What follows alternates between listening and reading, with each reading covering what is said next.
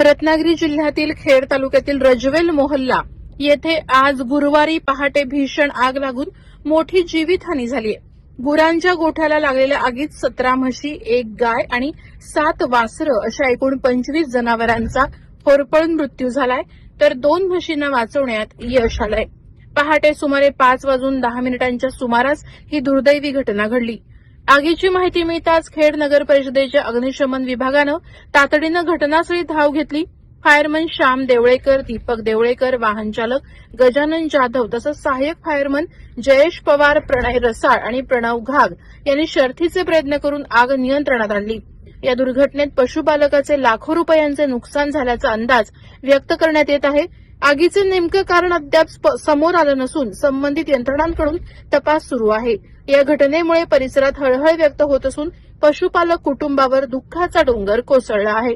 Prahar डिजिटलसाठी Rakesh Koli, Khed.